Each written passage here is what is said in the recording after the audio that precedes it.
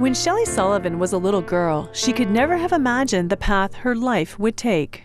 But how does a little girl go from princess of the castle to life at the bottom? To not use the cliche looking for love in all the wrong places, but that's exactly what ended up happening because of the lack of the father figure in my life, that lack of love and acceptance and, whatever, it basically sent me to find that love, that acceptance, that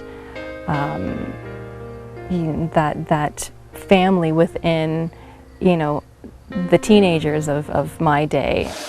At 13, Shelley was already pursuing drugs and alcohol and spent time in foster care because she kept running away from home. By the time she was 16, her life had taken a dangerous turn. I ended up leaving with a couple of men who promised me riches beyond belief, and promised me that if I went with them that I could make all kinds of money being a dancer, an exotic dancer, and that they would show me the ropes and introduce me to whoever and whatever and get me started. So within a couple weeks of leaving with them, I realized that I was basically their hostage. They threatened to hurt me severely if I ever thought of leaving. Shelley escaped, but soon moved away from home again, this time to live with a boyfriend in Vancouver. When that ended badly, she was determined to make it on her own. So she continued to strip for a living, staying with whomever would put her up for the night. Probably about the end of that first year and a half, I started getting into cocaine, which is something that I thought that I would have never done previously when I was a teenager. And then I started hanging around with a bunch of people who did a lot of heroin. And so, of course, thought I'd give that a try as well. And that really ended up being one of my biggest downfalls. Soon Shelley's body was so ravaged by the drug, she was fired from dancing. But she had to feed her habit, so she and her boyfriend at the time began to deal drugs. I'd probably say for about 6 months or so we were selling drugs.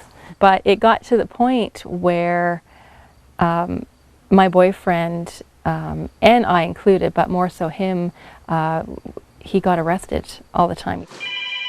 With the police effectively shutting down their drug business, Shelley had to come up with a plan. At that point in my life, I was waking up every day and needing that fix, that drug, that needle in my arm in order for me to even get out of bed. So that night I did what I had to do on the street for the very first time, and I won't lie to you, it was the most awful thing that I can remember going through. And so anyway, I continued. Shelley finally hit rock bottom when a fight with her boyfriend turned so violent he almost choked her to death. She escaped and ran right to the nearest payphone. Like middle of the night, and called my mother, crying my eyes out, and basically told her exactly everything that had happened in that 3 years. And what I had done and where I was up until that point. I was on drugs and I was working the streets and whatever, and I just pleaded with her and said, I need to come home, I want to come home. Arriving home, she immediately checked herself into a clinic.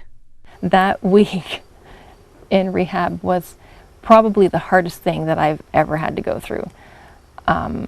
There's been lots of things that I've done in my life. The first time I went out on the street, and first time I did drugs, but that week in rehab, coming off of the drugs, was the hardest thing I've ever done.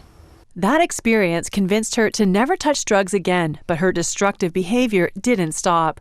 She was still drinking heavily and working as an exotic dancer to pay bills. One night in a maritime bar, she met and fell in love with a young rocker named Ken and moved to Toronto to live with him. We had some good fights at the beginning when we lived in Toronto, because he couldn't understand and I couldn't understand. Like, we couldn't understand each other. But Ken says something bigger than themselves was working in their lives right from the first day they met. like the way she poured out her entire life story on their first date.